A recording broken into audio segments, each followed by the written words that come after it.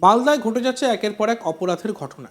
মানিকচকের বিধায়ক সাবিত্রী মিত্রর গাড়ির উপরে হামলার 2 সপ্তাহ কাটতে না কাটতেই এবার তার গাড়ির চালকের উপরে হামলা চালানোর অভিযোগ দুষ্কৃতীদের বিরুদ্ধে। ঘটনাটি ঘটেছে পুরাতন মালদা নারায়ণপুর বিএসএফ ক্যাম্পের ব্লক গেটের সামনে। খবর পেয়ে ঘটনাস্থলে পৌঁছায় পুলিশ। জানা গিয়েছে সাবিত্রী মিত্রর গাড়ির চালক অনুপ সাহা তার পরিবার নিয়ে একটি বিয়ে বাড়ি থেকে ফিরছিলেন।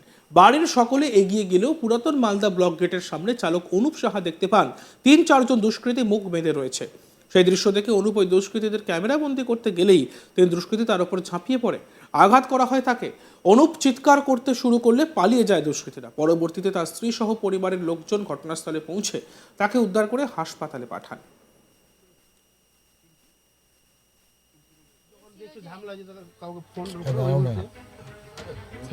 কিছুই হয়নি। ঝামেলা না তো তো নেই শরীরে হাঁসটা পাবো না, যেটা হাতে ব্যান্ডেজ আছে ওটাকে পাবো। রক্ত লিটার। হ্যালো, আর এই বিষয়ে আহত ড্রাইভার অনুপ সাহা কি বলছেন আমরা শুনবো। আমি ফ্যামিলি নিয়ে বিয়ে বাড়ি থেকে আসছিলাম। আচ্ছা, হঠাৎ করে দেখি 3-4 জন বারবার ঘোরাঘুরি করে NH-34-এর সামনে, আমাদের মালদা ব্লকের সামনে। আমি ওকে জিজ্ঞাসা করতে গেলাম, ভাই এত রাতে তুই এখানে কী করছিস?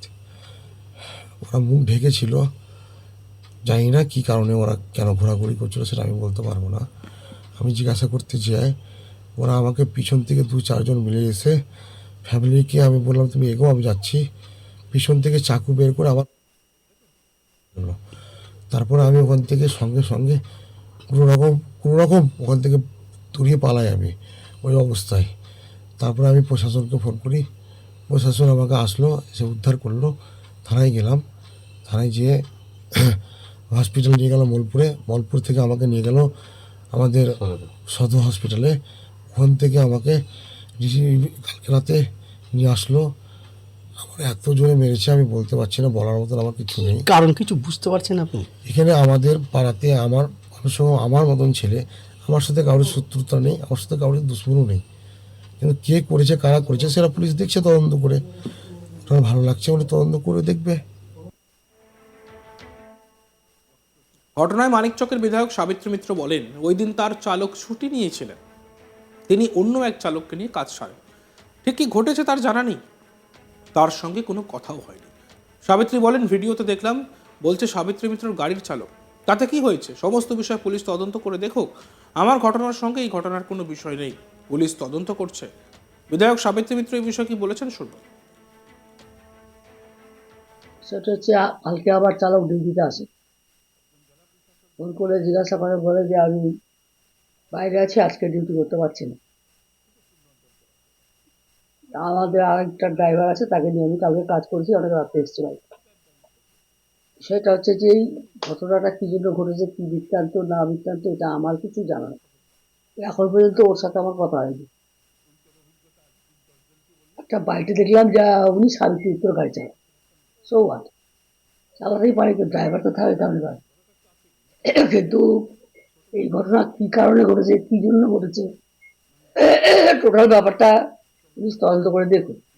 কারণ এই ঘটনাটা পুলিশ তদন্ত অলরেডি করছে, এবং এটার সঙ্গে আমার মনে হয় না যে আমার ঘটনার সাথে এই ঘটনাটা মিলছে। এই চালকই তো আপনাকে বাঁচিয়েছিলেন আপনার উপর যখন হামলা করা হয়। না না, বাঁচিয়েছেন তো বটেই, ও বাঁচিয়েছে, ঠিক আছে, ড্রাইভার আছে, বাঁচাতেই হবে, নিজেও বাঁচবে, আমাকেও বাঁচিয়েছে। এবং ওর প্রতি যে হামলা হয়েছে সেটা নিয়েও আমি খারাপ মুখ প্রতিক্রিয়া করছি না। কিন্তু এই ঘটনার সঙ্গে এই ঘটনা কোনো রিলেটেড নেই। চালকের অভিযোগ হচ্ছে যে 2-3 জন অপরিচিত লোক মুখ বাঁধা অবস্থায় এলাকায় ছিল, এবং সেই সময় সে তাদের ছবি তুলতে যায়, তখন তার উপর হামলা চালানো হয়। তো এর পিছনে কোনো অভিসন্ধি রয়েছে বারবার আপনার? আমি বলতে পারছি না, আমি এই ব্যাপারে কিছু বলছি না, কারণ প্রশাসনের দিক থেকে যথেষ্ট পরিমাণে টোটাল ব্যাপারটা ইনকোয়ারি করে এখনো ইনকোয়ারি চলছে আগের ঘটনাটা। এই ঘটনার সাথে ওই ঘটনাটি রিলেটেড আছে বলে আমি মনে করছি না। কোনো কিছু দাবি করছেন প্রশাসনের কাছে? নিশ্চয়ই কোনো মানুষকে তার সেই ব্যাপারে তো প্রশাসন নিশ্চয়ই নেই। জেলার আইন শৃঙ্খলা কি সত্যি অবনতি হয়েছে? আমাদের জেলার কোনো আইন শৃঙ্খলা অবনতি হয়নি। এটা বারবার করে আপনাদের এই কি বলবো, মিডিয়ার মাধ্যমে যেভাবে খবরগুলোকে প্রেজেন্ট করা হয় অনেকগুলো আছে, তাতে করে মনে হয় যে বিশাল কিছু একটা হয়েছে। এরকম রাস্তায় চলার পথে অনেক কিছু হয় না কেন হামলা করলো, কেন, কি কারণ? সেটা আমি কি করে বলবো? ওর কি রিলেশন, কার সাথে আছে, কি বৃত্তান্ত, ও কি একটু কাদের সাথে ও মেশে, কি বৃত্তান্ত, তো আমার জানা নেই। এদিকে দক্ষিণ মালদা জেলা বিজেপির সাধারণ সম্পাদক অম্লান ভাদুরী বলেন, সারা জেলা জুড়ে একটা অদ্ভুত পরিস্থিতি চলছে।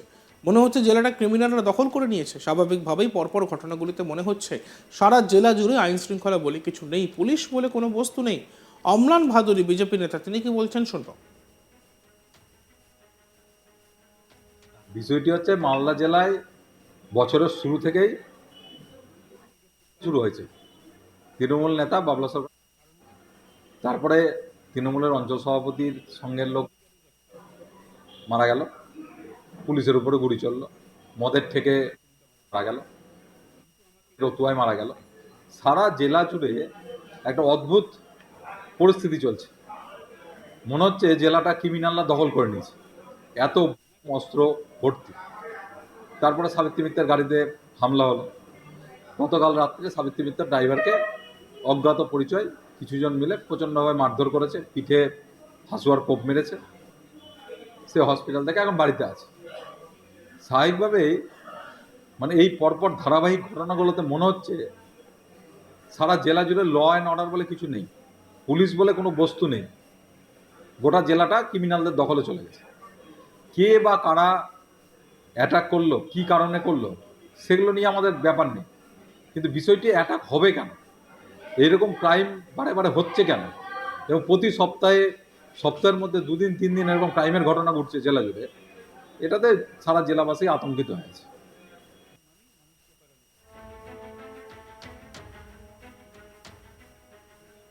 বর্তমানে আহত অবস্থায় বাড়িতে রয়েছে অনুপ। তবে এই ঘটনার জেরে গোটা এলাকায় আতঙ্ক ছড়িয়েছে। ইতিমধ্যে এই ঘটনার তদন্ত শুরু করেছে পুলিশ। সিসিটিভি ক্যামেরার ফুটেজ সংগ্রহ করে দুষ্কৃতীদের খোঁজ চালানো হচ্ছে বলেও পুলিশ সূত্রে খবর।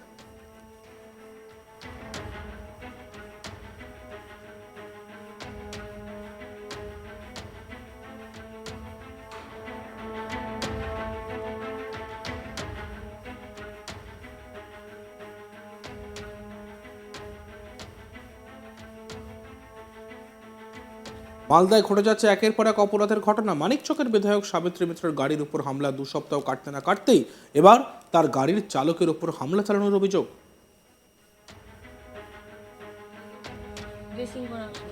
তোমরা কোথাও থেকে আসছিল নাকি?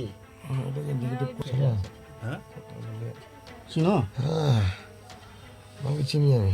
তুমি যখন দেখছো ঝামেলা হয়েছে তাহলে কাউকে ফোন দেখতে থাকুন আজ তাক বাংলা। ভিডিওসগুলি ভালো লাগলে লাইক করবেন, কমেন্ট করবেন, শেয়ার করবেন। চ্যানেলটিকে সাবস্ক্রাইব করতে ভুলবেন না।